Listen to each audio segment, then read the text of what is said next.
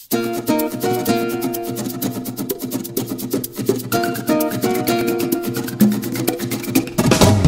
there friends, welcome back to SamboTimes.com here on Late Night Show. Here on our presentation every night. We are inviting you to stay tuned as we feature another personality, a dignitary of that, and I believe this guy will be able to inspire all of us. So stay tuned in coordination with Radyo ng Bayan and the Sambo Times Online. Well, this guest of ours tonight happens to be a dedicated public servant, a career man, a lawyer by profession. He has been an active member of the Integrated Bar of the Philippines, and he held the position as Vice President.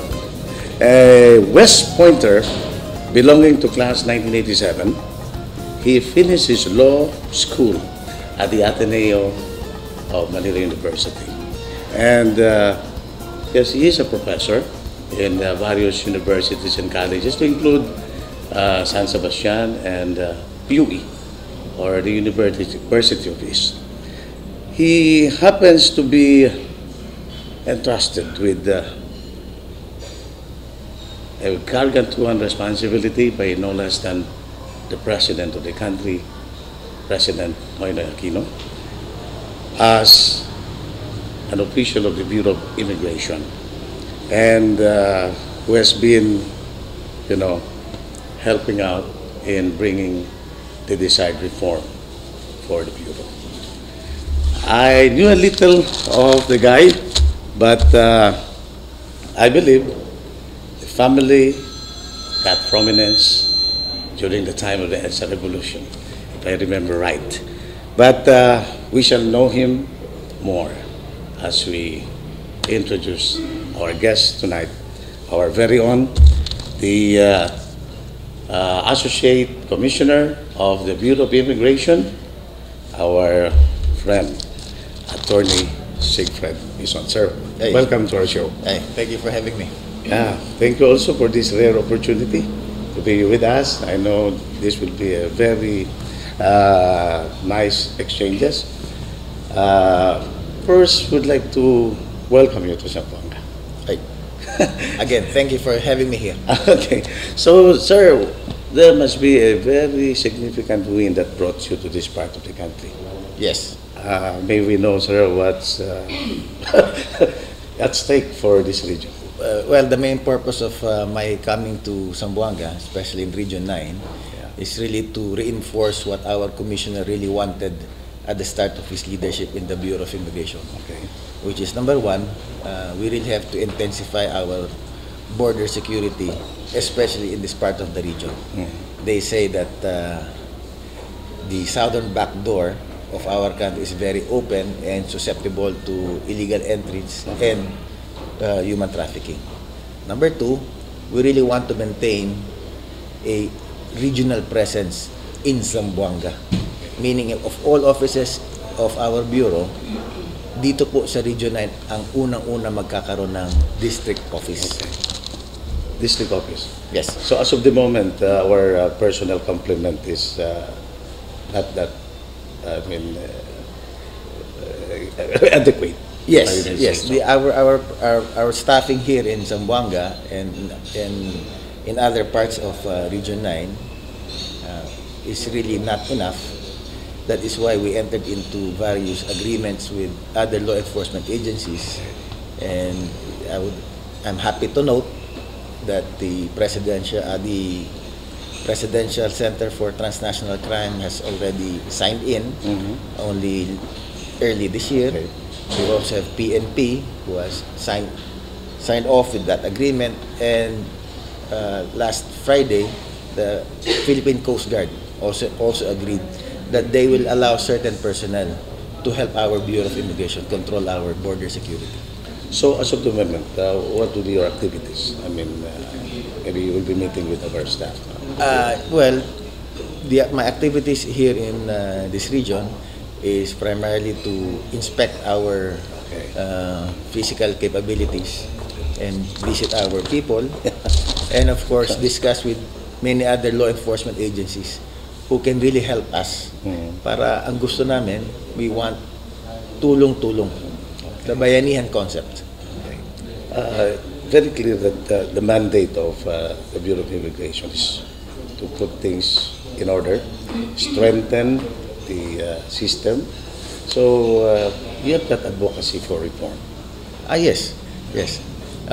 When our commissioner took over, he really saw a lot of areas whereby we can reform and improve the bureau. One of which is to professionalize our people in the bureau. Maybe add Adding personnel is part of part of it.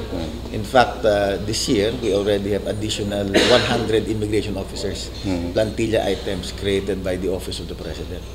Okay. So That's we were nice.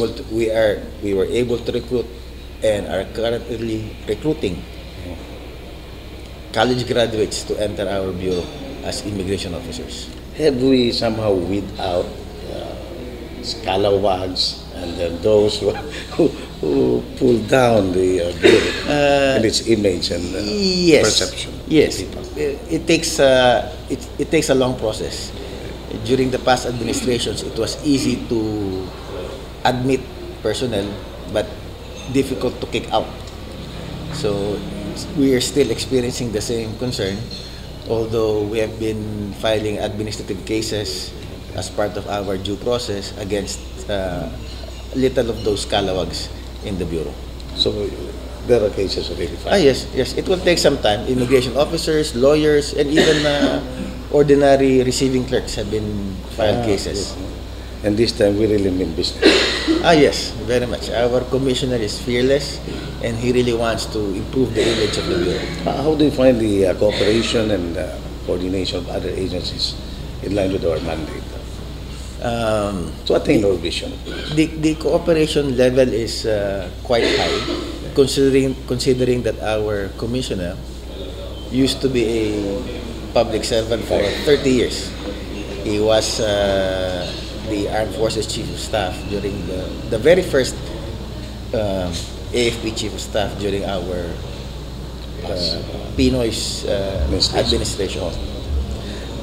Sir, there are still illegal aliens. Considering, despite the fact that we have already these border crossing agreements with our neighboring countries, but there are still, how serious is the problem? I mean, and what are we going to address or address this? What are we doing? Well, it's a nationwide phenomenon that there will be illegal entries. And then once they come here illegally, they will overstay and they will really hide and try not to be seen by our immigration officers. But we all know they come from one or two countries. So we want to maximize our cooperation with these countries. That's why from here I will be meeting with representatives from other countries, specifically Indonesia and Malaysia, so that we will be able to really properly coordinate. If there's one coming in here, we all know that it's coming from somewhere else. That's why we want to talk to government officers from that someone else. But you compare this with the past, marami pa ba? Yung based from your records and reports that you it's very hard to quantify. I do not have any records of the past entries, but I think it has been checked. But it doesn't mean that we have just to rest and not do anything. We want really to make sure we have an inventory of all of these so-called illegal aliens or illegal entrants in our country. And you'll be surprised, foreign governments are very much willing to support our effort to really take stock and find them here. Okay. So with the setting up of this district office, what do you expect?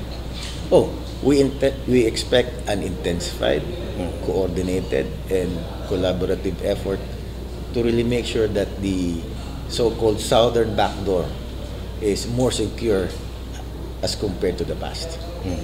So do you still receive reports that the back door, I mean the southern front door, you may say it, is still having this problem, especially down there in Tawi-Tawi province, usually because of the islands, islands.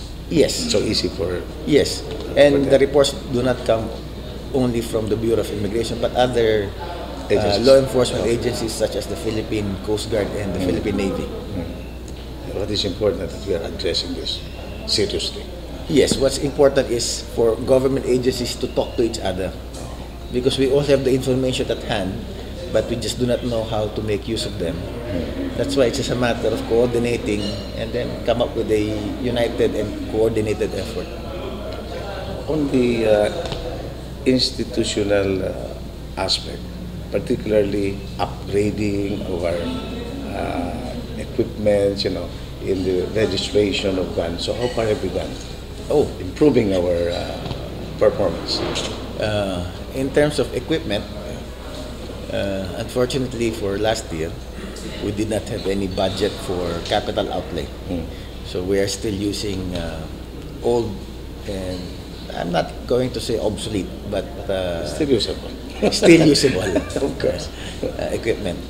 But we have come up with an ambitious border control project, and it deals with the taking of biometrics, such that in all our ports of entry, any arriving foreign national will have to give their fingerprints to our immigration officers. That way, we would know who are the people who really came to our country. I would like to take this opportunity. I think we've mentioned about foreigners. Can you comment about the Jordanian journalists who came over and now in Sulu? Did they pass through immigration? Yes. Okay. Yes. I'll just state facts. Okay. Fact is, this Jordanian has been to our country many times. Okay. At least, I think, 5 times in the past 10 years. This Jordanian was a beneficiary of our program that allows certain foreign nationals from other countries to come in visa-free under Executive Order 408. Number 2, this Jordanian national, being a recipient of this visa-free program, is here in the Philippines, supposedly, presumably, and legally as a tourist for business, pleasure, or health. Another fact is that this Jordanian is not really authorized to work, because if you come here under that kind of a visa, you need a special work permit from the Bureau of Immigration. And based on records available in our office, he has not applied and he was not given any special work permit. So, hindi dumaan sa office natin dito? No. But Sumilit man lang? well, he passed through our NAIA. In Manila. But not really in Sabuang because he dumaan dito. Yes. Anyway, that we will leave it to the other agencies. Yes. Yes. Doing their job. Yes. But we'll be right back for more exchanges with our good Associate Commissioner of the Bureau of Immigration. Maybe wiki question, wiki answers from a good commissioner. We'll be right back after this.